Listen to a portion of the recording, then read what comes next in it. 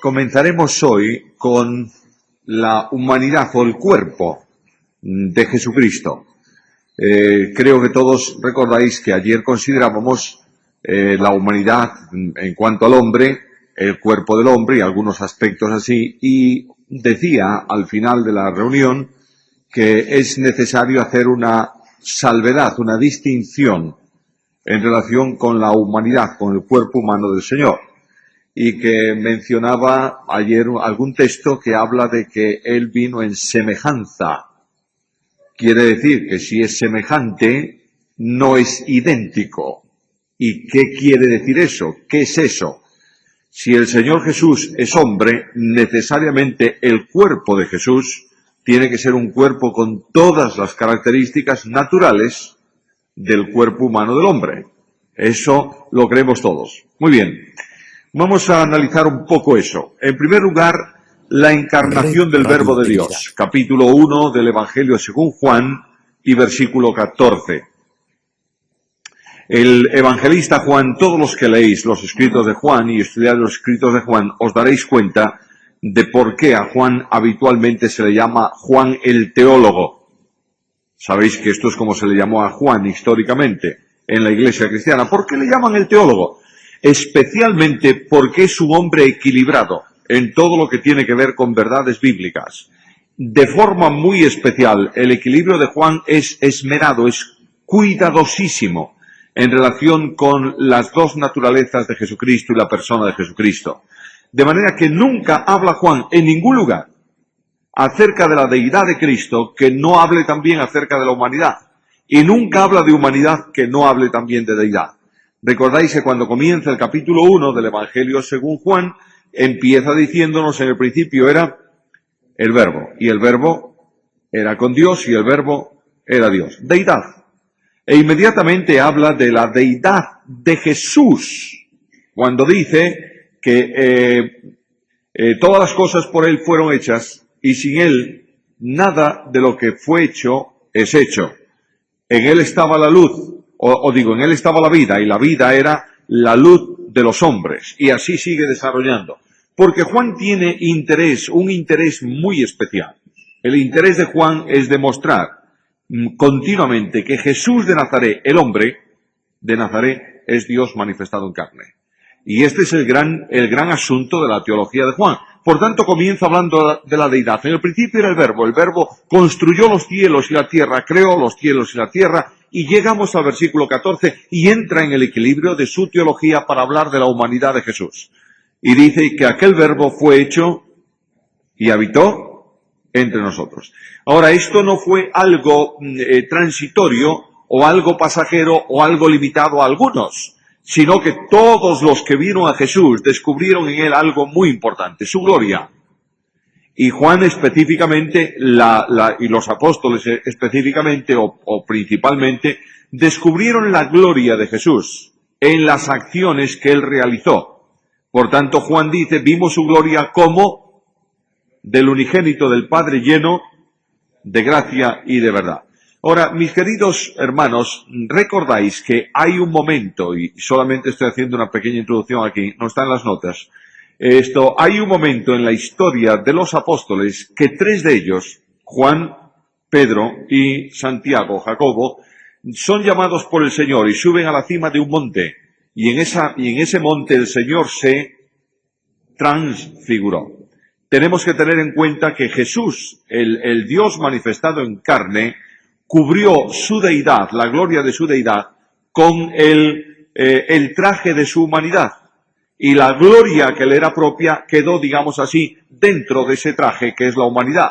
De esa humanidad habla Juan cuando dice que habitó entre nosotros. Ese habitar que Juan menciona ahí significa literalmente tabernaculeó, puso su tienda de campaña entre los hombres. Y cuando Pablo habla de eso también, dice que en él habita corporalmente la plenitud de la deidad. Está todo esto encajado. El hombre Jesús de Nazaret es Dios manifestado en carne. Y un día este hombre perfecto Jesús abre un poco, valga la expresión, su vestido de humanidad. ¿Y qué ocurrió en el monte de la transfiguración? ¿Qué salió? la gloria, y ellos vieron su gloria. Pero los que no fueron capaces de ver esa gloria literal, brillante en el monte, porque solo la vieron 3, ¿no descubrieron también la gloria de la gracia y de la verdad en Cristo? Seguro que sí. Las mismas gentes de los tiempos de Jesús se asombraban de lo que él hacía, y muchos de ellos afirmaban, por lo que veían, que él era el Mesías, el Hijo de Dios. ¿Está claro? Bien. Jesús de Nazaret posee las características esenciales o necesarias de una naturaleza humana. Sabéis que las características necesarias o esenciales de una naturaleza humana son 3. Cuerpo humano, alma humana, espíritu humano. No hay duda que Jesús tuvo un cuerpo humano. Las gentes miraron a Jesús y vieron a Cristo como un hombre. Y cuando Jesús habló a los discípulos y le dice, ¿qué dicen las gentes que soy yo? ¿Qué dijeron ellos? Pues unos que un profeta, otros que Juan el Bautista resucitado, un hombre. Al fin y al cabo la gente veía a aquel de Nazaret, al maestro de Galilea, y descubrían que era un hombre. Aparte que algunos conocieron durante mucho tiempo a Jesús en su hogar de Nazaret. Y ellos vieron que su padre era carpintero y él era también carpintero. Recordáis que al Señor le llaman no solo el hijo del carpintero, le llaman el carpintero. Quiere decir que el Señor estuvo trabajando, la gente le vio trabajar con maderas y con cosas así. Por tanto, tenemos delante de la gente había un hombre con un cuerpo.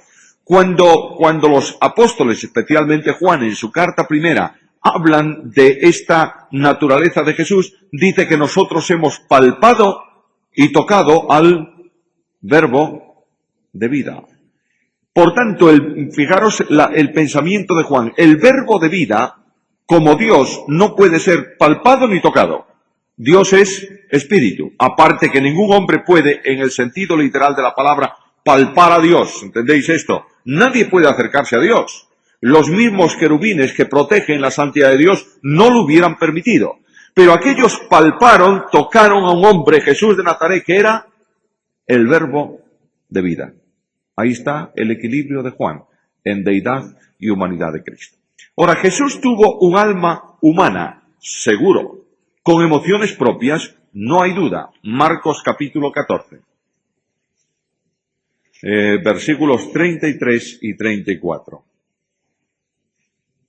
Y tomó consigo a Pedro, a Jacobo y a Juan, y comenzó a entristecerse y a angustiarse. Notad dos frases muy importantes, tristeza y angustia. Hay ocasiones en que se dice que los creyentes no pueden estar ni tristes ni angustiados, porque el creyente que tiene al Señor es gozo perfecto. No es verdad, ¿verdad que no? Aquí tenéis a Jesús, el perfecto, el absolutamente perfecto, que tiene tristeza y angustia. Y dice el Señor, mi alma está muy triste hasta la muerte. No hay ninguna posibilidad más que un alma humana de estar en esta dimensión. Por tanto, Jesús tenía un alma humana. Cuerpo humano, alma humana. Y espíritu humano, sin duda alguna. Lucas 23, 46, por citar uno de los muchos pasajes. Entonces Jesús, clamando a gran voz, dijo, Padre, en tus manos encomiendo mi espíritu. Y habiendo dicho esto, expiró. Expirar significa dar el espíritu, entregar el espíritu. Y al expirar una persona, al entregar la parte espiritual, se produce la muerte física del Señor. De manera que vamos resumiendo esto. El cuerpo humano del hombre, o la humanidad que corresponde a los hombres, era la misma humanidad que correspondía a Jesús. ¿Está claro esto? ¿Lo tenemos claro o no? Cuerpo humano, alma humana, espíritu humano. Muy bien. Por otro lado, la Biblia da un testimonio referente a Jesús y le llama hombre. Muchas veces la Biblia llama hombre a Jesús. ¿Cuál es el testimonio más preciso de eso? Pues Juan, capítulo 8, versículo 40. Es Jesús mismo quien habla. Juan 8, 40. Pero ahora procuráis matarme a mí, hombre que os he hablado la verdad. El Señor ni podía mentir ni podía engañar. ¿Cómo se llama a sí mismo? El hombre o un hombre. ¿Cuál fue el título que más utilizó Jesús en su ministerio para referirse a sí mismo? Hijo del hombre. Ahí está otra vez. Ese calificativo, aparte de lo que entraña de deidad y de mesianismo, es esencialmente un título de identificación con el hombre. Jesús es el Hijo del hombre. Ahora, Pablo afirmó también que Jesús es hombre. Por ejemplo, en uno de los muchos textos que podríamos seleccionar esta noche, tenemos el conocidísimo de 1 Timoteo 2:5, donde dice que hay un Dios y asimismo un mediador, un solo mediador entre Dios y los hombres, Jesucristo, hombre. Esta humanidad de Jesús, voy a deciros algo que seguramente reflexionasteis en ella alguna vez, y es un estudio muy importante de la cristología, que no se le presta mucha atención.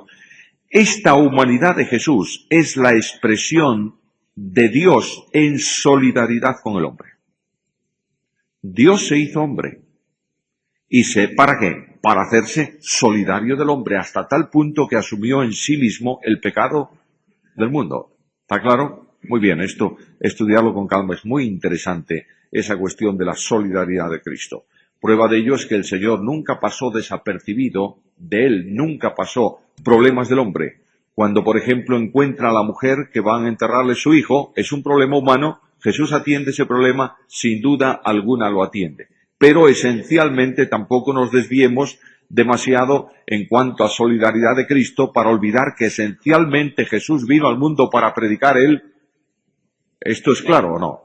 De manera que, efectivamente, el que nosotros asumamos un compromiso con la sociedad, un compromiso social, y demos de comer a los hambrientos, y compartamos con las necesidades de los que están en menor nivel social o económico que nosotros, que nosotros digamos al mundo en voz de la Iglesia que no se puede hacer injusticias sociales, eso no excluye bajo ningún concepto que la prioridad de la Iglesia es ¿qué?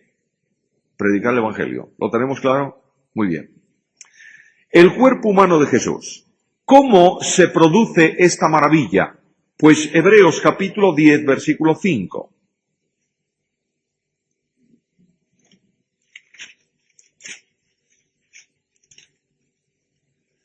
Por lo cual, entrando en el mundo, dice, sacrificio y ofrenda no quisiste, mas me apropiaste cuerpo.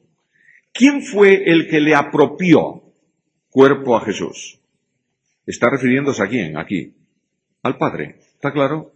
El Hijo dice al Padre, mira, tú no quisiste sacrificio, no quisiste ofrendas y me apropiaste un cuerpo apropiado para que Él pudiera morir. ¿Entendemos el significado? No solo me tomaste un cuerpo, sino que era el cuerpo apropiado para que Él pudiera morir en la cruz del Calvario por los hombres. Me apropiaste un cuerpo. Este cuerpo de Jesús, este apropiaste cuerpo, sabéis que este pasaje de Hebreos está tomado de un salmo. Y está tomado del Salmo 40, en donde dice lo mismo el salmista, pero dice algo complementario en este versículo. Dice que como sacrificio y ofrenda no quisiste ni te agradaron, has abierto ¿qué? Mis oídos. Y el hebreo, para abrir oídos, utiliza la misma frase que perforar orejas. De manera que lo que está diciéndonos el salmista es que Jesús cumplió un tipo muy importante de la ley mosaica.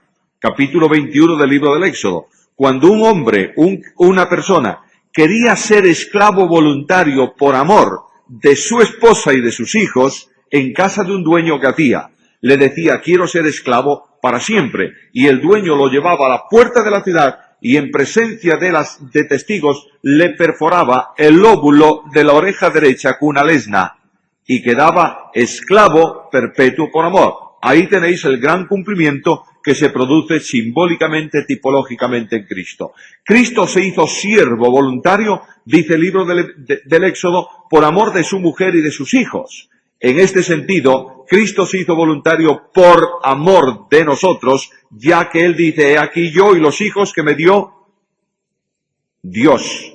y hablando de la esposa o de la iglesia, es la esposa suya. De manera que por amor de esto, en razón de esto, él se hizo siervo. Pero esto tiene que ver con la apropiación del cuerpo. Y cuando el ángel anunció a María el nacimiento del Señor, le dijo que el Espíritu Santo vendría sobre ella y el poder del Altísimo la cubriría con su sombra. Cubrir. Es un verbo que se utiliza sobre todo en el mundo animal para hablar de el engendrar, de generar.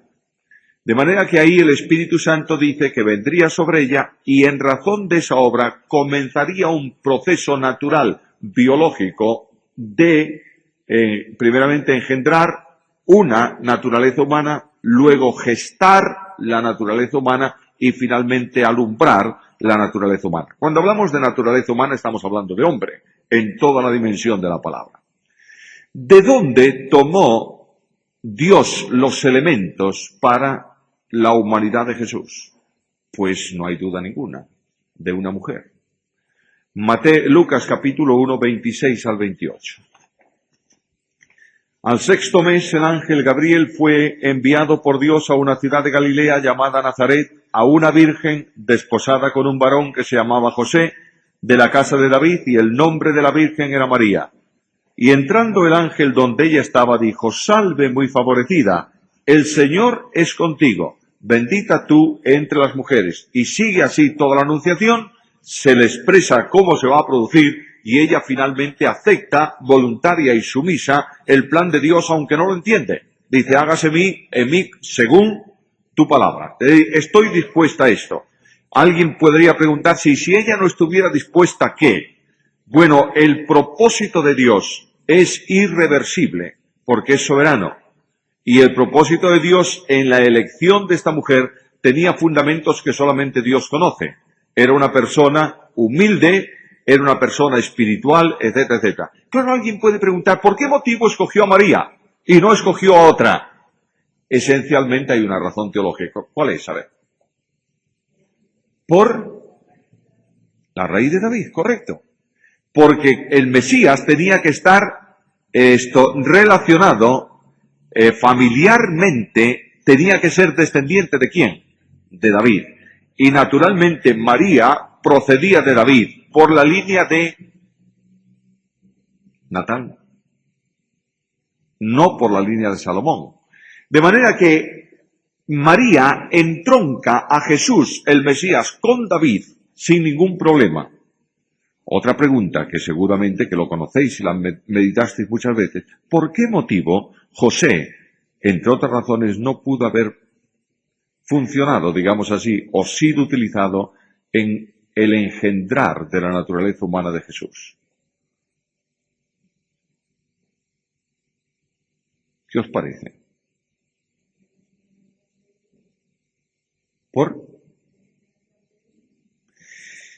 Bueno, tenía que traer parte divina, sin duda alguna. Quien nace es Emmanuel, Dios en los hombres, pero había un problema muy grave que coincidía en José. José era descendiente directo, era el heredero al trono de Israel por la línea de herencia real que era Salomón. Pero en la historia de los herederos del trono había un hombre que se llamaba Jeconías. Y este hombre recibió una maldición de Dios, que dijo que nunca nadie de tu descendencia se sentará Red Radio en el Integridad. trono. Luego, si José hubiese participado en ese engendrar de la naturaleza humana del Hijo de Dios, traería Jesús consigo la maldición que Dios había dado para los descendientes de Jeconías. ¿Tá? Luego, ¿qué hace Dios? Algo fantástico. Une a Jesús con David por medio de María, descendiente de Natán, que no tiene ningún problema en cuanto a maldición, y José adopta a Jesús como hijo adoptivo suyo y le confiere los derechos legales del trono de David. Por tanto, Jesús es hijo de David por medio de María y es heredero de David por medio de José, que como hijo mayor adoptado en su casa tiene los derechos al reino de Israel. Bueno, el cuerpo de Jesús. Vamos a saltarnos un poco de esto todo porque si no iremos muy lentos. El cuerpo de Jesús. ¿Cómo nació Jesús? Todos sabéis muy bien. De pronto un día, en la historia de aquella mujer, María, que estaba encinta, embarazada, pues resulta que se cumple el tiempo, dice la Escritura, el tiempo para el alumbramiento. ¿Cuánto es ese tiempo? 9 meses. Pero si no hay que volverse loco, si no hay el único milagro. Nosotros a veces queremos ver milagros en todo. El único milagro es el momento en que comienza a producirse en María las condiciones para la gestación.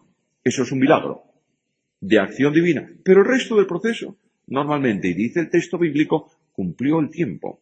Y María da a luz a un niño, varón, lo envuelve en pañales, lo acuesta en el pesebre. Bueno, ¿era un cuerpo como nosotros o no? Entonces, ¿por qué motivo se dice que es semejante? Veremos 2 cosas más, pero en primer lugar, hay una distinción inapreciable en el cuerpo humano de Jesús. El cuerpo humano de Jesús es el cuerpo humano de la segunda persona ¿de quién?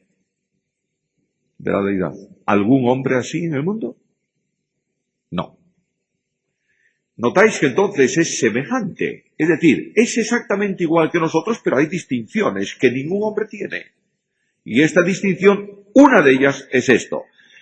Además de esto, es el único cuerpo de los hombres hoy, pero esto lo distingue temporalmente, que está revestido de inmortalidad por la resurrección de entre los muertos. Y es el único cuerpo resucitado de entre los muertos que está sentado ¿en dónde? A la diestra de Dios. Nadie ocupa ese lugar más que el cuerpo humano y glorificado ¿de quién? De Jesús. Muy bien. Por lo de pronto ya vamos viendo algunas diferencias. Jesús es hombre. Sí, exactamente igual que nosotros, igual. Pero además de ser como nosotros, en todo, tiene unas características que le hacen, que exige que el que escribe la palabra de Dios, los escritores, hagan una precisión semejante a los hombres. Ahora, la humanidad de Jesús debe prestarse una profunda atención al hecho de que Jesús no es un cuerpo humano utilizado por la deidad. ¿Me estáis siguiendo? Lo digo de otra manera. Jesús de Nazaret no es un cuerpo de los hombres que de pronto viene a ser investido por la deidad. Es decir, sería alumbrado un hombre y luego viene Dios y se mete dentro del hombre. ¿Comprendisteis esto? No es así. Jesús de Nazaret es el cuerpo humano y la naturaleza humana del Hijo de Dios. Vamos a decirlo con palabras de la Biblia, que es inspirada y precisa.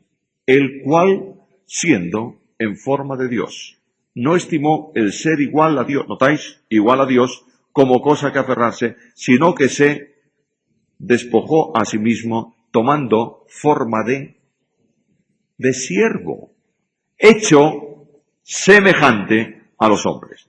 Ahí tenéis una cuestión muy importante. Yo os rogaría que lo estudiaseis con calma en vuestra casa y tengamos muy claro algo muy preciso, también y muy necesario para evitar una gran herejía una gran herejía humana en cuanto a la persona de Jesús.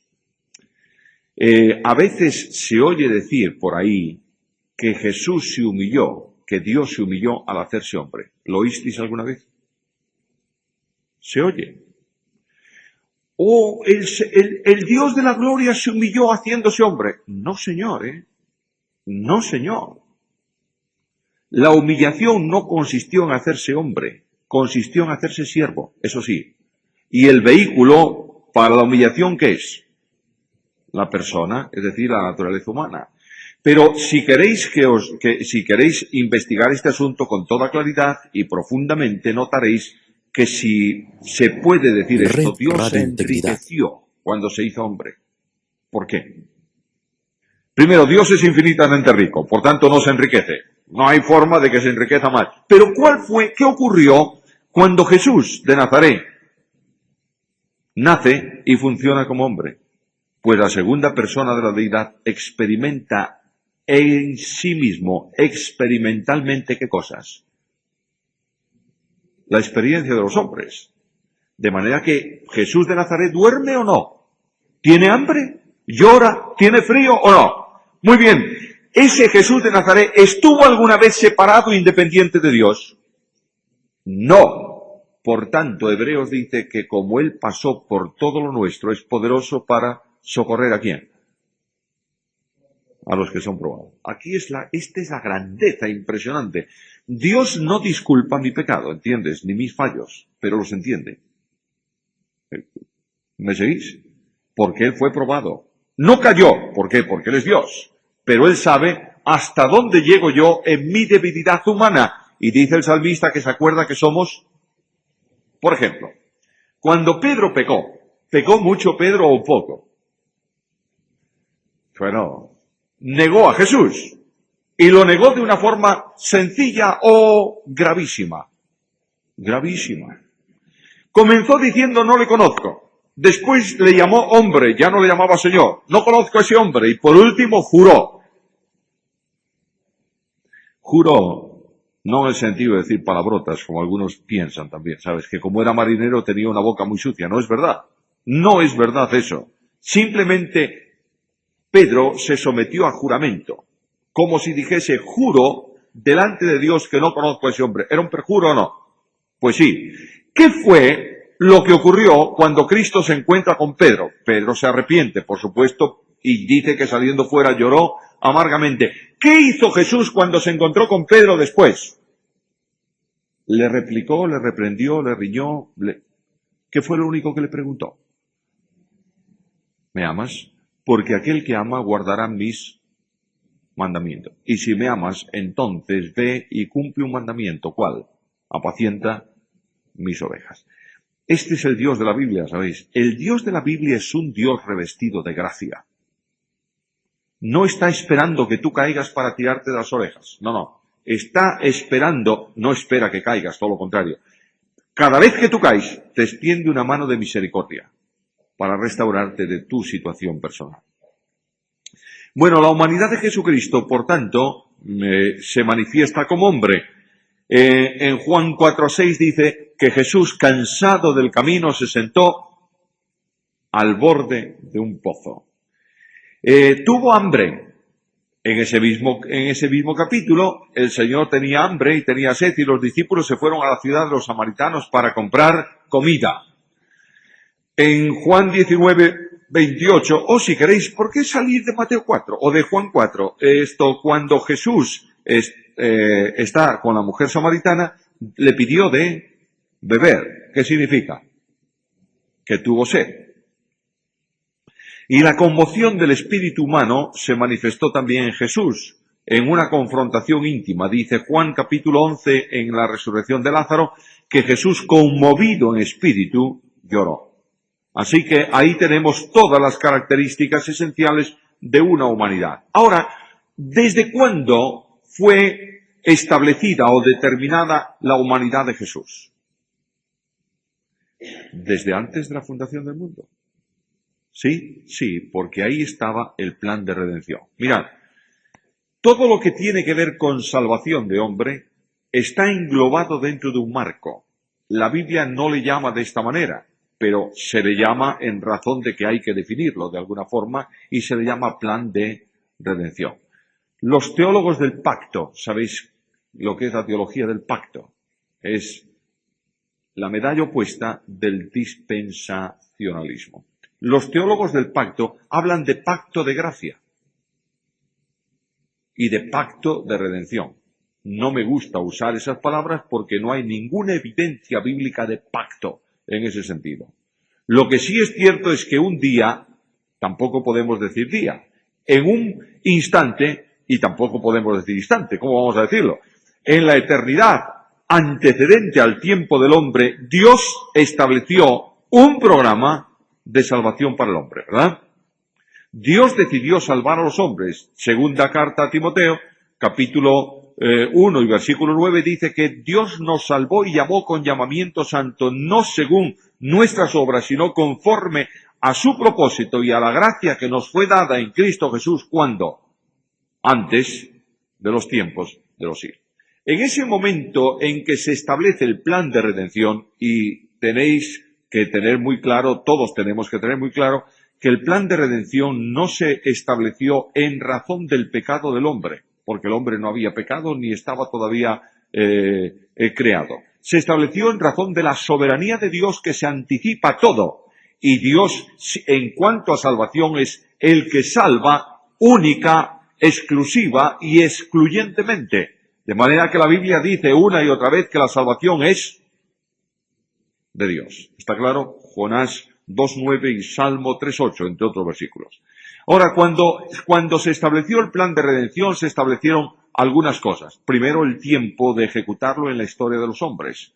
Y ahí tenéis en Gálatas 4.4 que el apóstol Pablo dice que cuando vino el cumplimiento del tiempo. Segundo, se estableció la persona que había de salvar, de redimir. ¿Quién era? El Hijo de Dios. Por tanto, notad que la humanidad de Jesús como hombre que va a representar a los hombres en la cruz y a sustituirlos, estaba ya, la expresión, en el plan eterno de redención. Lo digo en palabras de Pedro. Primera carta, capítulo 1, versículos 18 al 20. Sabiendo que fuisteis rescatados de vuestra vana manera de vivir, la cual recibisteis de vuestros padres, no con cosas corruptibles como oro o plata, sino con la sangre preciosa de Cristo, como de un cordero sin mancha, humanidad.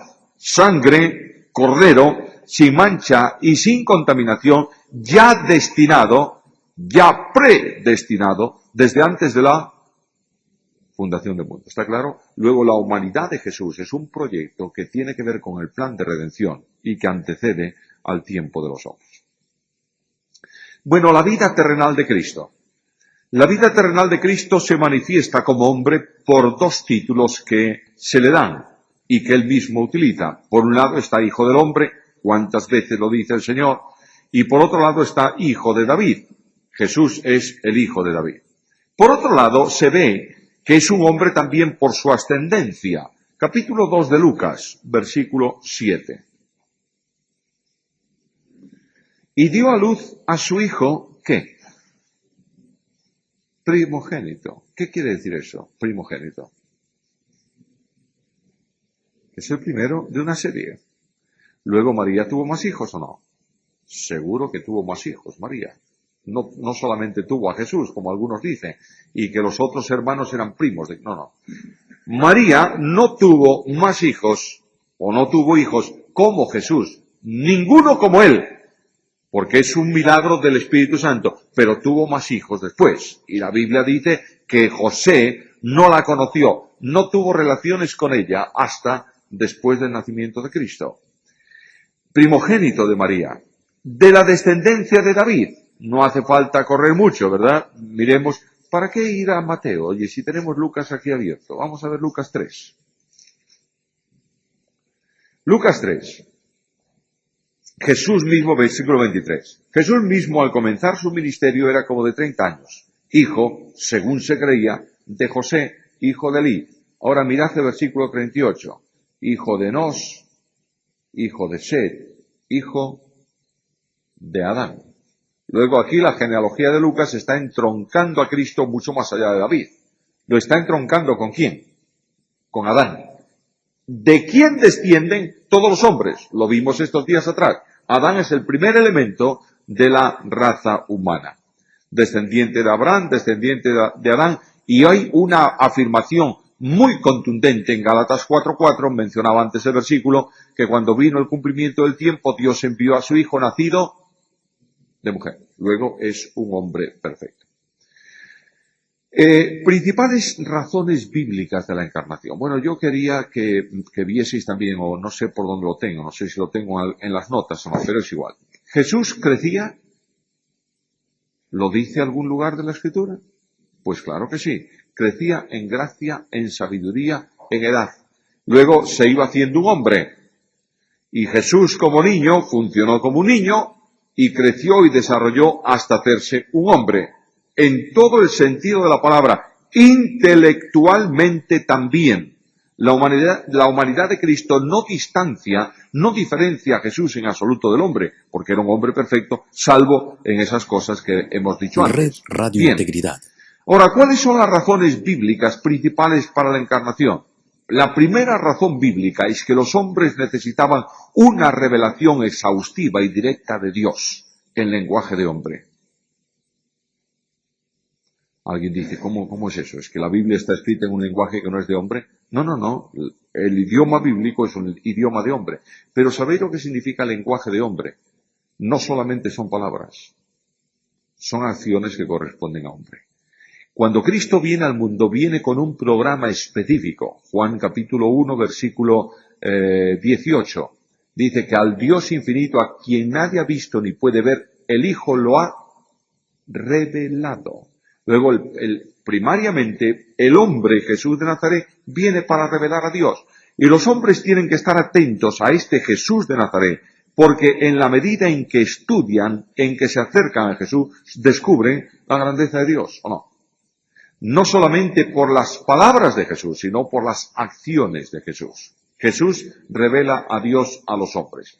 Cristo tenía que hacerse hombre porque vino para ofrecer un sacrificio definitivo por el pecado. Y solamente podía haber un sacrificio definitivo por el pecado en la condición natural de un hombre. Era un hombre que asume la responsabilidad solidaria de morir por los hombres. Mirad, ningún hombre normal, natural, puede morir por otro en cuanto a sustitución de pecado. Porque la vida del hombre está manchada y condicionada por el pecado, ¿verdad? Luego tú no puedes pagar el precio del pecado de otro hombre. Pero Jesús es absolutamente santo. Y la vida de Jesús de Nazaret no es la vida de un hombre cualquiera, solo. Es la vida de la naturaleza humana ¿de quién? Del Hijo de Dios. De ahí que tiene un valor infinito. ¿Está claro? La sangre de Jesús, la sangre del cuerpo humano de Jesús es como la nuestra, con todos los elementos y tenía los mismos litros de sangre que tenemos nosotros. Pero el valor de la vida del que muere en la cruz es infinita. Porque quien muere en la cruz, Dios no muere, ¿verdad que no muere? A ver, no. Pero quien moría en la cruz era Dios o no. Pero ese hombre nunca está separado de la deidad. Por tanto, quien entrega su vida en la cruz es el Hijo de Dios. Quien agoniza en Getsemaní no es un hombre, simplemente. Es Dios manifestado en carne, ¿está claro? Por medio de una naturaleza, de la naturaleza humana de Jesús de Nazaret. ¿Lo entendemos claro? ¿O no?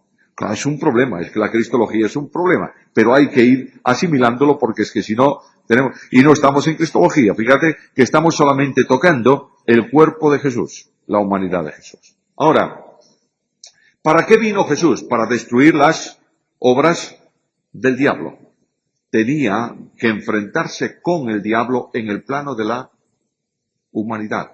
Porque las obras del diablo en relación con los hombres comienzan cuando un hombre, cabeza federal de la raza humana, cae ante la insinuación de Satanás. Y es otro hombre el que restaura de nuevo todo el orden que Dios había desarrollado en el principio bajo el control de Dios mismo. Ahora, Cristo vino al mundo también para ser misericordioso y fiel sumo sacerdote, lo dice la carta a los Hebreos. No puede ser sacerdote delante de Dios quien no sea un hombre. Otra necesidad de la humanidad. Cristo se hizo hombre para ser cabeza de todas las cosas y ser la cabeza de la Iglesia. De manera que tenemos un hombre glorificado que es cabeza de un cuerpo de hombres salvos por gracia que forman la Iglesia de Jesucristo. ¿Os dais cuenta, queridos hermanos, que la Biblia tiene bastante complejidad o no? Es muy complejo, ¿eh? De ahí que el apóstol Pablo diga que el alimento, las migajitas, el pan suave es para los niños, pero los hombres maduros tienen que comer vianda sólida. No nos quedemos en la superficie, por favor, porque en la medida en que no profundizamos en estas cosas, perdemos también nuestra capacidad de desarrollo espiritual. Y si no desarrollamos, seremos toda la vida, ¿qué? Niños. Y ayer os decía algo muy serio. Yo quería, a medida que vamos con este estudio, enfatizar estas cosas. Un niño crea siempre problemas donde está. ¿Por qué? Porque es un niño. Ahora, muchos de los líderes de la obra de Dios hoy en día no han pasado de ser niños. Y desean ocupar los primeros lugares, no digo en las sinagogas porque no están, pero los primeros lugares, y se convierten en pequeños diotrefillos. ¿Por qué? Porque son niños. De manera que, por favor, avancemos en el estudio de la Biblia, no solo así por encima, sino en profundidad. Bueno, voy a concluir esta primera parte. Voy a concluir esta primera parte con Romanos 8:3. Aquí está el texto que yo mencionaba, que yo mencionaba esto ayer. Romanos capítulo 8, versículo 3. A ver, vamos a abrir ese versículo. Porque lo que era imposible para la ley por cuanto era débil por la carne, Dios enviando a su Hijo en semejanza de carne de pecado, y a causa del pecado condenó al pecado en la carne. Se dice aquí con toda claridad que Jesucristo era semejante. Ahora, a la vista de todo lo que hemos repasado antes, todos estáis ya en condiciones de responder a esa dificilísima pregunta que mencionábamos ayer, ¿o no? Jesús, vamos a una trayectoria lógica. ¿Jesús era un hombre? Sí. ¿Tiene cuerpo humano? Sí. ¿Alma humana? Sí. ¿Espíritu humano? Sí. Luego, queridos hermanos, ¿cuáles son las diferencias fundamentales entre Jesús y los demás hombres? Primera, hay una diferencia sustancial y única. Su naturaleza humana, y sólo la suya, desde el mismo instante de la concepción, estuvo vinculada y sustentada en la persona divina del Hijo de Dios. ¿Lo tenemos claro eso o no? Se produce la concepción. Dice que el Espíritu Santo vino y comenzó el proceso de concepción de la naturaleza humana de Jesús. ¿En dónde? En el seno de María. Desde el instante mismísimo en que ese proceso comienza, la segunda persona de la deidad se hace presente en el seno de María para sustentar en comunión, identidad, esa naturaleza humana de Jesús. ¿Está claro o no? Por eso ahora venimos a descubrir algo que es muy sencillo y que tiene que ver con aquella pregunta que yo hice al principio: ¿por qué Jesús no tuvo padre humano? A ver, dadme dos razones, por favor. ¿Por qué no tuvo Jesús padre humano? Vamos. Es antinatural. Bueno, pero yo creo que es antinatural que haya sido concebido solo de mujer. Lo natural sería que fuese concebido de mujer y de hombre, porque esto es lo natural, eso fue la gran excepción. Bueno, la transmisión de naturaleza pecaminosa se recibe solo del padre o de la madre, porque en el Salmo 51, ¿qué dice? En pecado fui formado y en maldad me concibió, ¿quién? Mi madre. ¿Y cuál es el problema? En el sentido de hombre, porque la naturaleza humana surge de la relación entre un hombre y una mujer, ¿o no? Bueno, hay dos razones, una teológica y otra necesaria.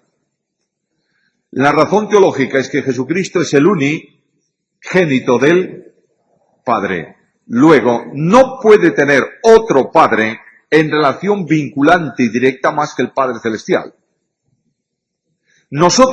Nuestro Padre Celestial, ¿nosotros somos hijos del Padre Celestial? Sí. ¿Como Jesús?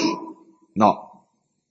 Nosotros somos adoptados en la familia de Dios por Cristo, pero Él es eternamente hijo del Padre Celestial.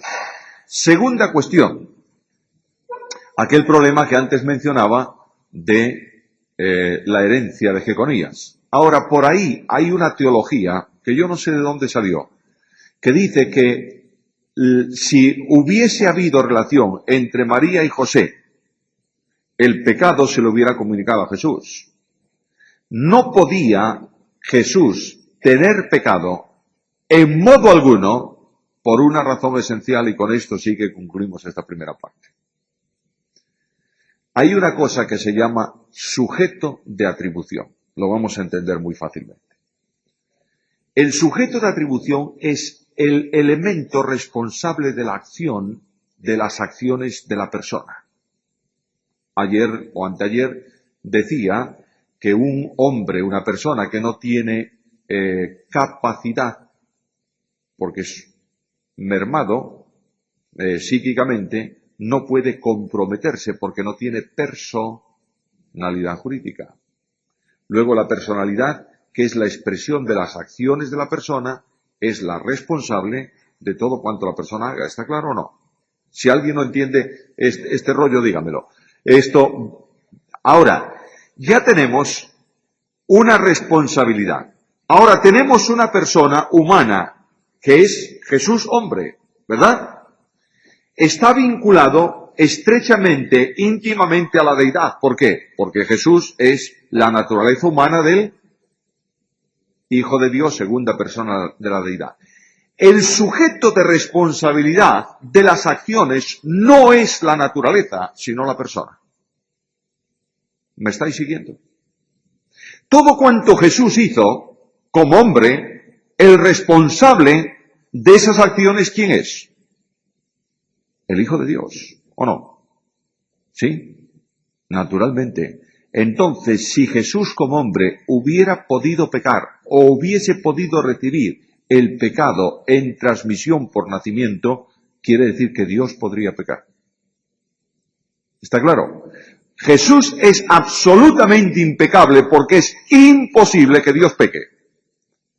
De manera que esta es una de las grandes distinciones, que también la segunda gran distinción que tiene que ver con los hombres en relación con Jesús. Por eso dice Pablo, vino en semejanza ¿de qué?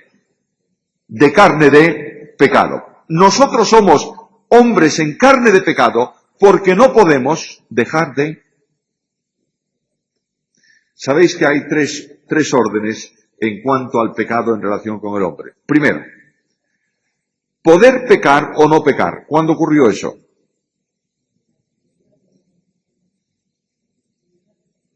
Eso antes de la caída, ¿verdad?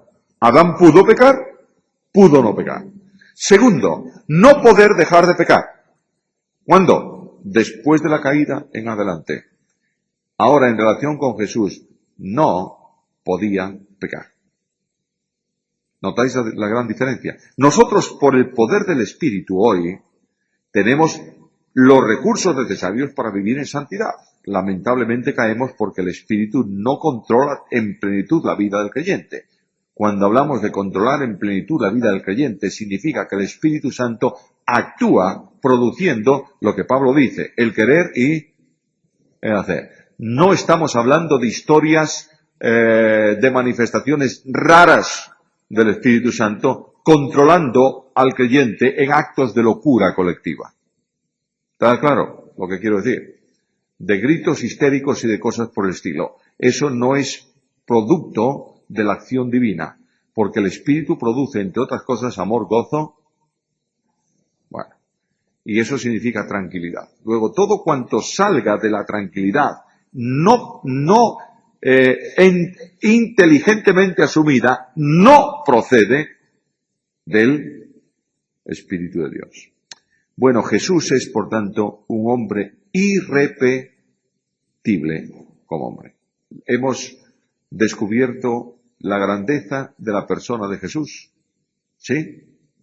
¿Sabéis cuál es la consecuencia? ¿Cómo puedo llevar yo la vida cristiana? Puestos los ojos ¿en quién? En Jesús. Dios no pide imposibles. Dice, mira a ese hombre. Míralo. Y sigue el camino de ese hombre. ¿Está claro? Si alguien me dijese a mí, mira, tienes que seguir a Dios, en el sentido supremo de Dios, diría, bueno, aunque me lo pidan, no puedo, porque Él es Dios, Dios. Mira a Jesús. Como Jesús actuó en la grandeza de su humanidad, así tienes que actuar tú. Esta es la lección importante de esta primera parte. Muy bien, gracias.